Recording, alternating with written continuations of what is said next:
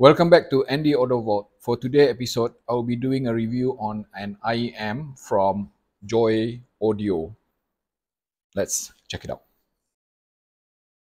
Shine is the very first IEM offered by JOYODIO, a new manufacturer in the IEM industry from China. And being their first ever product, I must say that it is really special, which I will explain later why. And let's just have a look at the content itself. First, obviously, we have here the IEM itself, silver plated copper, terminated in 3.5 mm single-ended, and these are the stock tips which was attached to it. And aside from that, we also have this selection of tips, silicone tips, which comes in narrow and wide bore in all three sizes. This special tool here, which I will explain later the purpose of it. And we have some manuals here. And finally here, very nice looking carrying case. Okay, so let's talk about the configuration itself. Built using 3D printed resin shells. What's inside is in fact a combination of hybrid IEM consisting of one single dynamic driver 7 mm in diameter and two balanced armature. Those balanced armature are designated as 29689 and 30019. However, what makes this JOYODIO Shine special is that these switches here, as you can see, and this is where this tool comes into play. Okay, right. As you can see here, let me just try to get a focus on it. All right, so they are labeled as on and 1, 2, 3, 4. So essentially, we are looking at 4 switches, and switching them just using this tool like this. So there's no way that this can be accidentally toggled without using the tool. With this combination that as shown here, it is entirely possible to actually configure a sound tuning up to 16 different kind of configuration. Yes, you heard me right, 16. This is essentially something which I would call as hardware EQ, and we will talk more about that after this. Before I proceed with the sound aspect of this JOYODIO Shine, please allow me to share with you some of the findings that I have done with this IEM, especially after I first receive it, right? When I plug it into my ears and plug it direct to my phone with the stock setup, which is the switches at around here, as you can see here, notified there by standard, okay, with all the switches down. And if you look at here, the IEM itself, this is the setting, 1, 2, 3, 4, all down, okay, as it is. I was kind of like, feel that something was off, because on my phone, which is 1 VRMS, I needed to crank up the volume all the way up to 80 out of 100. That is rather high for an IEM, which is supposedly to be rated at 106 dB and 32 ohm. Okay, purely out of curiosity, I decided to actually check it with my multimeter here. Okay, and I will show you now precisely what happened at those stock settings. Okay, now this is at the stock setting as I have shown you earlier. Let me just reset this as well. All down, and I'll just use my multimeter here. Okay, just observe the number. You see that? That's practically 83 ohm. Both sides. Okay. It's kind of mind-boggling that an IEM like this can have such a high impedance rating. Definitely not 32. And it explained why it was so difficult to get proper sound out of it the first time I plug it to my phone, which is again under 1 BRMS. And after playing with the setup switches here a few times, I actually reverted it to this position now, which is basically all up.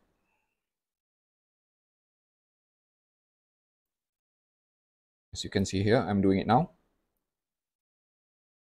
Okay. And let's check again. What's the number registered? See that? 34 ohm. 34. Now, this sounds correct. What it means is that, right, this instruction here, as included by JOYODIO, could have been misplaced. Okay, so instead of down, it should be all up. So that's how I read it.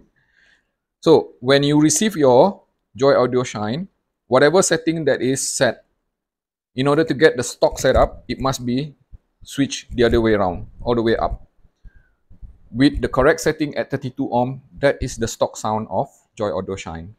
And after doing a bit more of tests, I actually found that there's another impedance rating discovered, which is at around 55 ohm, somewhere within that 16 possible configuration by playing the switches.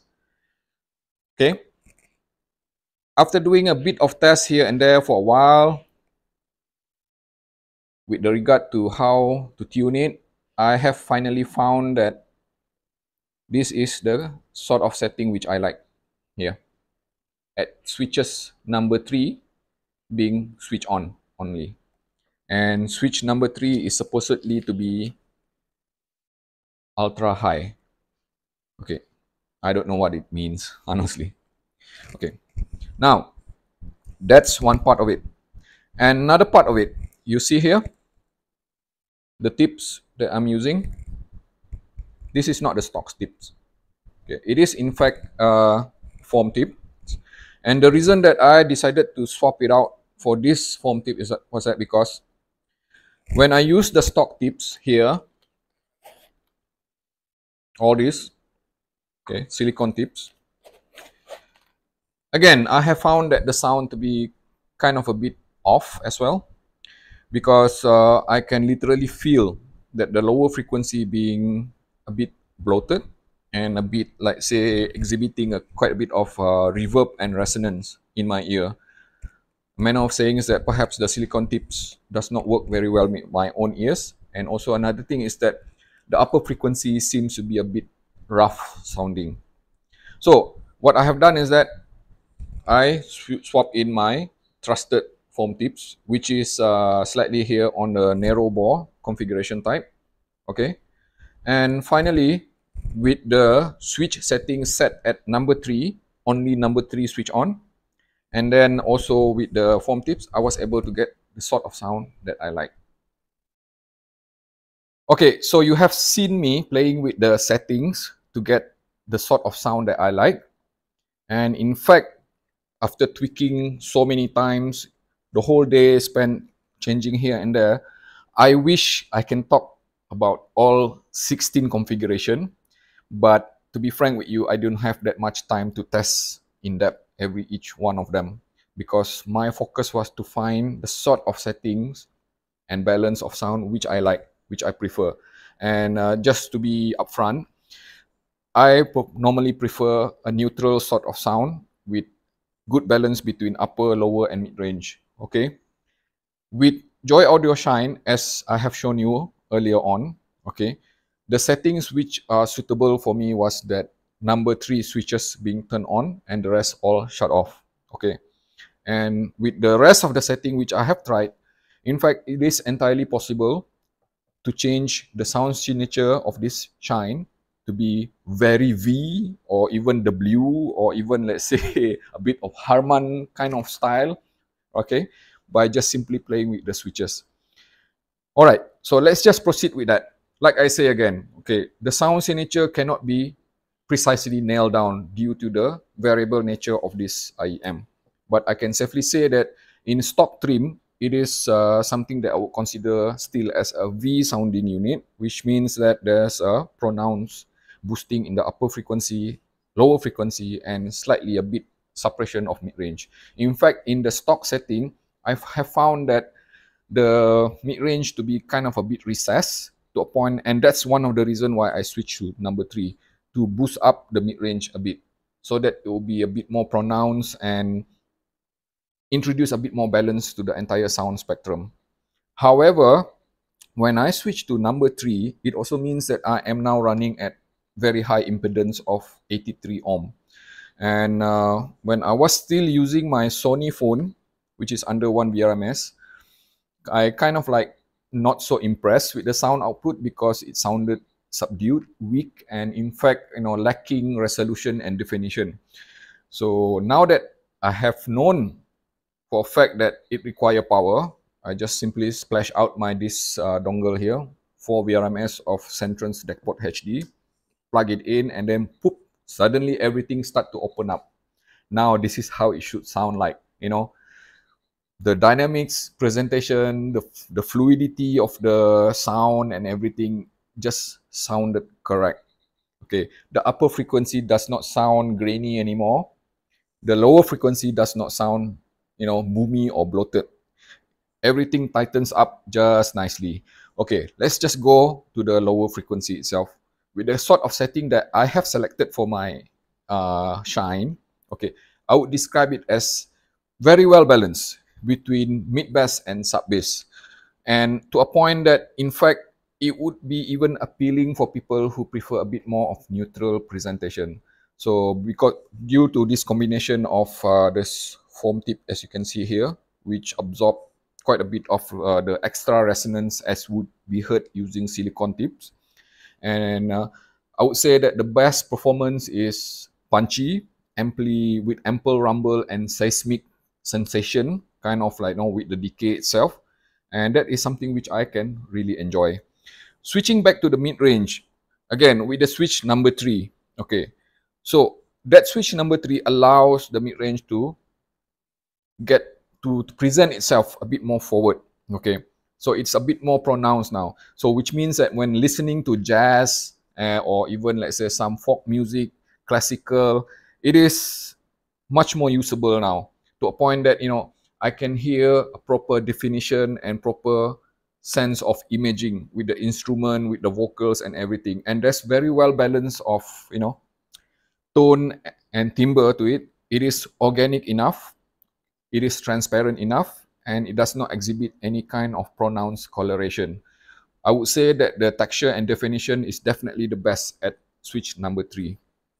And moving to the upper frequency, again, as I mentioned earlier, okay, the first time when I listened to it, I wasn't so impressed because it sounded a bit grainy, especially when subjected to listening to highly aggressive or music which has a lot of cymbals, which have lots of bass in it. But with the kind of setup that I have now, I have found that it has a lot more in the terms of being smoother and also less energetic, in a way that manner of saying that it does not sound offensive to me anymore.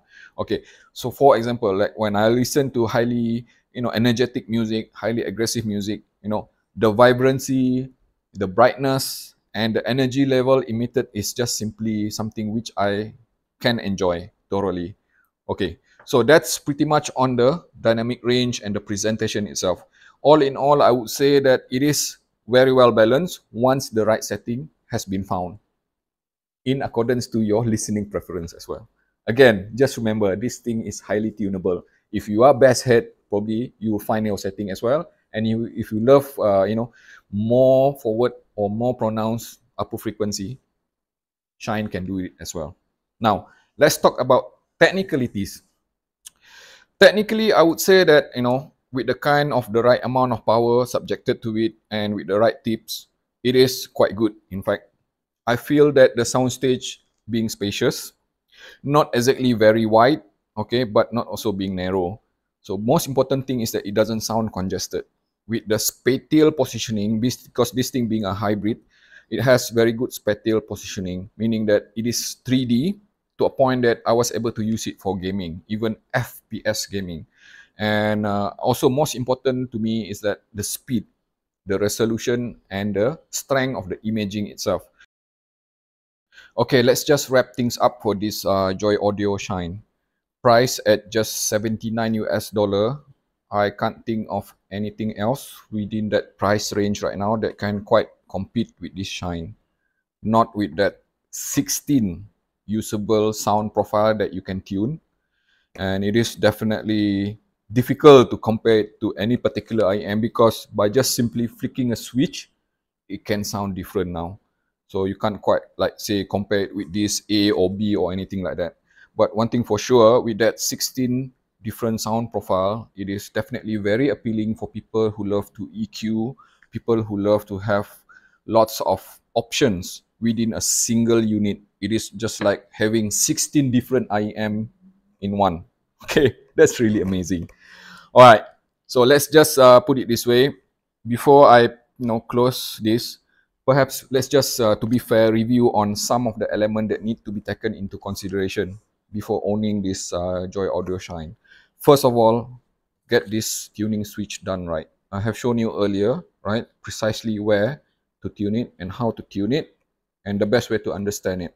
Okay, and secondly, especially if you tune it towards a profile which uses certain parameters which place it into a higher impedance mode above 55 ohm, power is needed. So which means that you need to pair it with something powerful, at least 2 VRMS, okay, or even better 4 VRMS, because anything with above 55 ohm or even 83 ohm, as how my settings set on this one, it will not sound great at all. In fact, it doesn't sound good at all with the lower power. Okay, and then synergy factor. Okay, you need to consider that this Joy Audio Shine, especially because of the focus on the upper frequency, energy, and brightness, it will not sound too good with on an already bright sounding DAC amp. Okay, so the source itself preferably would be something a bit more organic, or just simply put, something which is a bit warm sounding. Then, of course, last but not least, it is very important to play with the tips. Okay, for some people the stock tips may work, okay, but unfortunately for me it doesn't work. Okay, it just gives me quite too much of, let's say, reverb and resonance. But do not be afraid to just swap them out and then try foam tips or even hybrid tips, and a combination of all those will definitely pay off very nicely once you find the right settings. Okay, so that's pretty much about Joy Audio Shine. Thank you for tuning into ND Audio Vault. Please stay tuned to my channel for more content like this.